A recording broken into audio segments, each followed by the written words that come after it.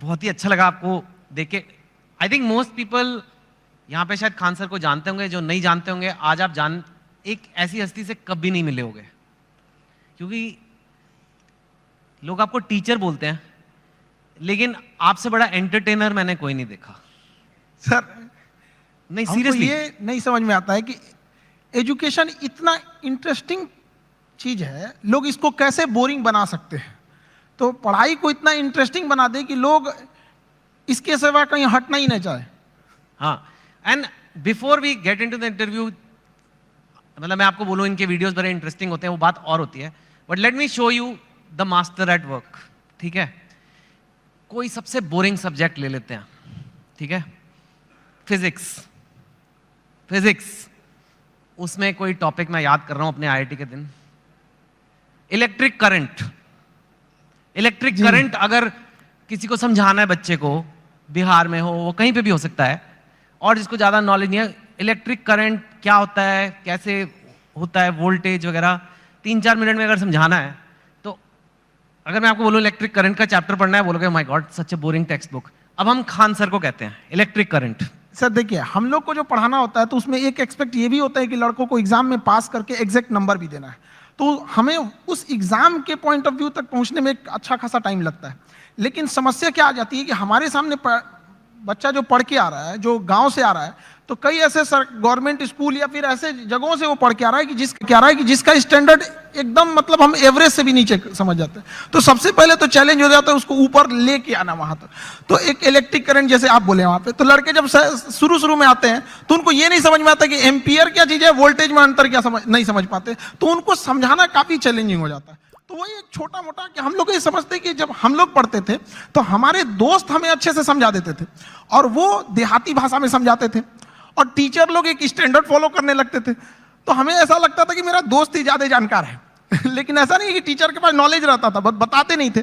तो हम लोग के पास जब लड़के आते हैं इलेक्ट्रिक करंट के लिए, तो उसको क्या समझाएगा आदमी कि एक इलेक्ट्रॉन एक छोटा सा पार्टिकल होता है, वो कितनी ज्यादा आ रहा है, कितना ज्यादा आ रहा है वो संख्या में दिख रहा है, कितनी भीड़ आ रही है, वो भीड़ उसके लिए एम्पियर हो गई, कितनी भीड़ आ रही है, और किस प्रेशर से भीड़ आ रही है वो उसके लिए वोल्टेज हो गया।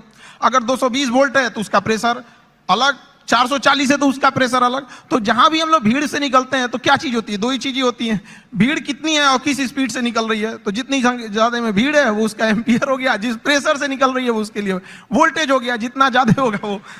तो इससे क्या होता है ना कि लड़के को पहले समझ में आता है कि नहीं वो रिलेट कहां करना है, फिर धीरे धीरे तो वो चीजें उसको एग्जाम तक तो पहुंच ही जाएगा, लेकिन उसको अपने पास हौसला ना खो दे शुरुआत में ही, इसलिए उसके एक फ्रेंड की तरह पढ़ाना जरूरी होता है।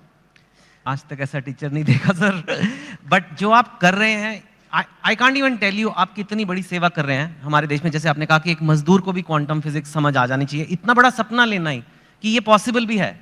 क्योंकि मैंने तो जहां तक देखा एक एलीट क्लास होती है इंडिया में, उसी को इंग्लिश मिलती है, और वो इंग्लिश जिसको मिलती है उसी को एक सर्टन टाइप ऑफ एजुकेशन मिलती है, और फिर वही और आगे बढ़ता जाता है, वही नौकरियां ले जाता है, वही टॉप पोजीशंस ले जाता है। आपने उसको तोड़ने की कोशिश किया। हमारे लाइफ का सबसे अच्छा डिसीजन था कि हमने इंग्लिश मीडियम छोड़ के हिंदी मीडियम में आ गए।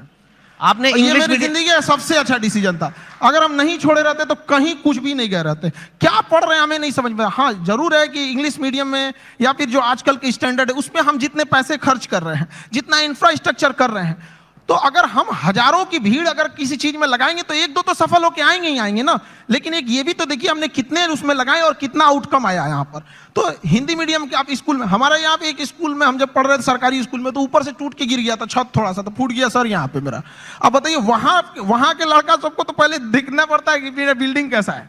तो ये सब भी तो मायने रखता है वहां पे। तो ऐसा नहीं है कि उनको जितना हम लोग अगर मोटिवेट करें, या अच्छा एक चीज और भी है, लोग सफल होने के बाद ना इंग्लिश को ज्यादा प्रीफर करने लगते हैं। तो ऐसा लगने लगता है कि इंग्लिश ही है, बहुत बड़ी भाषा ही है। ऐसा नहीं है, भाषा बाधा नहीं होनी चाहिए, खास करके एजुकेशन में।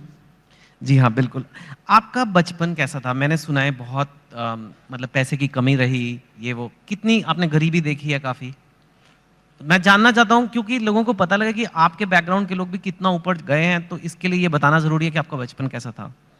अब गरीबी की हम क्या बोले, हमने गरीबी को उतने पास से देखा है कि लोग अपनी पत्नी को उतना पास से ना देखे हों। लेकिन फिर भी कुछ चीजें थी, दोस्तों ने काफी हेल्प किया, वो अपने पॉकेट खर्च में से कुछ पैसे देते थे ताकि आदमी पढ़ सके यहाँ पे। तो काफी दोस्तों ने भी हेल्प किया यहाँ पर। और धीरे धीरे कुछ टीचर्स भी आए, वो लोग ने भी पहले, कुछ टीचर थे जो मतलब बहुत कम फी में पढ़ाते थे, तो हमें भी ऐसा लगा था कि जैसे हमारे साथ के बहुत सारे लड़के उनको अच्छी कोचिंग्स मिल गई 10th और 11th के बाद, तो उन लोग काफ़ी अच्छे अच्छे जगह पढ़ने लगे। हम लोग उनको देखते थे तो ऐसा लगता था कि ये जगह हमारे लिए नहीं है, एक अलग सी फील आती थी कि ये मेरे लिए नहीं है यहाँ पर। तो फिर जब हम लोग टीचिंग में आए तो हमने सोचा था कि भाई कोई भी गरीब से गरीब लड़का के लिए वो बड़े से बड़ी शिक्षा ग्रहण करने के लिए सपना देख सकता है और उसका सपना पूरा होगा। Very nice. सुना है कि आपके पास एक बार घर जाने के लिए 90 रुपए की टिकट थी, आपके पास थे नहीं 90 रुपए, 40 रुपए थे, तो इसलिए आप जा ही नहीं पाए घर, कुछ ऐसा भी कुछ हुआ था। जहाँ 40-50 रुपए की बात थी, मैंने सुना है कि आपको अभी थोड़े दिन पहले ही किसी एजुकेशन कंपनी ने कहा कि आप हमारे साथ आ जाओ नौकरी, और इनको जॉब ऑफर मिला, यू कैन से, एक तरह से, एंड वो जॉब ऑफर था 107 करोड़ रुपए का। तो यू नो व्हेन, एक वो दिन भी आपने देखे हैं जो 40-50 रुपए नहीं है, घर जाने के दुकान बंद करके, और 100, लेकिन स्वैग देखो, आप मना कर दिया। हमने मना कर दिया है, हमको 140 करोड़ नहीं चाहिए। हमें 140 करोड़ में आप पैसे ले सकते हैं, लेकिन जो स्टूडेंट का प्यार होता है वो कभी नहीं खरीद सकते हैं। जिस दिन मेरे इंस्टीट्यूट पे बम चला था, पुलिस बाद में आई थी, अगल बगल जितने लॉज थे, जब लड़कों को पता चला था तो पूरे लड़के छाप लिए थे सबको, और पूरे ऑर्गेनाइज अगल बगल की कोचिंगें डर के मारे बंद हो गई थी, और हमारी कोचिंग बम लगने के बाद भी नेक्स्ट बैच से एज इट इज चली थी, बाकी बच्चे नीचे खड़े थे। ये 107 करोड़ में कोई नहीं खरीद सकता है। और हम जिस जगह से आए हैं, बिहार से, यहाँ का अलग ही एक स्वैग है, वो तो मुझे पता है।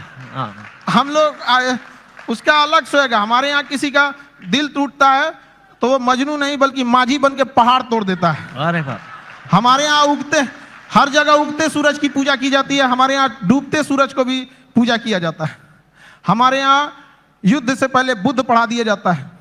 तो हम उस जगह से आए जहाँ पे अगर किसी को ऐसा लगेगा कि उसको दबा के उसको रास्ते से हटाया जा सकता है, तो नहीं हो सकता वो। अरे वाह। लेकिन यू नो अभी ये ऐसा फील्ड बन गया है, कोचिंग, एजुकेशन वगैरह, जहाँ लोग बहुत, आपकी बात अलग है, लेकिन लोग बहुत पैसे बना रहे हैं, लाइक ऐसे खबरों में तो आ रहा है बहुत करोड़ों में। हमने यूपीएससी जो चालू किया, पैसा आपको मोटिवेट नहीं करता? नहीं, पैसे हमारा एक अलग सपना है। अब किसी को बोलते हैं तो उसको अजीब सा लगता है। जैसे कोई घर है, अगर वो सड़क से ज्यादा नीचे धंस गया तो टेक्नोलॉजी आ गई है, जैक लगा के उसे उठा देते थे। तो हमें ऐसा लगता है ना कि हमारे इंडिया में भी ना एजुकेशन सिस्टम इतना महंगा हो गया है कि जिन लोगों के पास पैसे नहीं थे वो अपने आप को दबा हुआ महसूस करते हैं। तो हमने इंडिया के सबसे बेस्ट टीचरों के साथ अपने साथ जोड़े, और उन लोगों को भी धन्यवाद देते हैं जो जुड़े। और जो फीस यूपीएससी स्पेशली कहते हैं, जो सबसे इंडिया में टॉप एलीट जॉब वही है, उसकी जो फीस 2.5 लाख थी, सेम टीचर के साथ सेम पढ़ाई को हमने 7,500 रुपए में दे दिया। 2.5 लाख से 7,500। हाँ, इससे क्या होगा कि हर गरीब लड़का भी पढ़ सकता है। होता क्या था सर कि यूपीएससी निकालने के बाद जो डीएम की कुर्सी पे बैठते थे तो उनका मेंटल लेवल बहुत हाई रहता था, लेकिन जो पब्लिक रहती थी उनका मेंटल लेवल बहुत नीचे रहता था। तो अभी इतनी सस्ती फीस होने की वजह से हर कोई पढ़ेगा, और पढ़ने के बाद जब वो मेंटल लेवल बढ़ेगा तो कुर्सी पे बैठने वाले अधिकारी और सामने की पब्लिक, केवल अंतर रहेगा तो कुर्सी का, बाकी मेंटल लेवल समान रहेगा, कोई शोषण नहीं कर सकता है वहां पे। That's true. आप कंपेटिटिव एग्जाम्स के लिए बच्चों को पढ़ाते हो, जो एक इंडिया में बहुत बड़ी नीड है, लेकिन कई बार कंपेटिटिव एग्जाम्स की वजह से बच्चे बहुत गलत कदम भी उठा लेते हैं। कोटा में आपने सुना होगा, यू नो कई लोग अपनी जान पे, मैं बोलना नहीं चाहता, लेकिन आपको पता है क्या क्या कदम उठाते हैं, और इतना ज़्यादा, अगर कुछ बच्चे ऐसा कर रहे हैं तो कितने ज़्यादा बच्चों में स्ट्रेस होगा, प्रेशर होगा। आप भी वो देखते हैं बच्चों में, और जो पेरेंट्स ये देख रहे हैं टीवी पे या यहाँ पे, उनको क्या कहेंगे कि कैसे उस चीज को हैंडल करना है, क्योंकि इंडिया में कंपटीशन का लेवल कुछ ज्यादा ही है। मैंने सुना है कि एक पोस्ट के लिए, एक जॉब के लिए तो कितने लोग हैं। सो कैसे एक आदमी अपना मेंटल हेल्थ या कहें उसे अच्छा रखे? देखिए, बच्चों में एक चीज हम ये कहेंगे कि अगल बगल के एक्सपेक्टेशंस को वो देख लेता है और घबरा जाता है। वो अपनी माँ की बातों को सुने।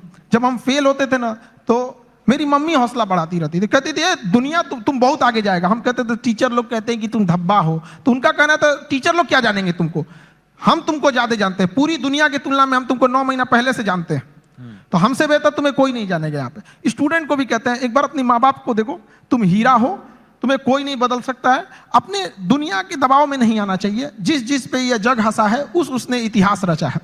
वहां पे क्या हो गया ना, इतने बर्डन डाल दिए गए हैं, उनको लगता है कि आईआईटी बहुत, या फिर आप एम्स हो गया, आईएम हो गया।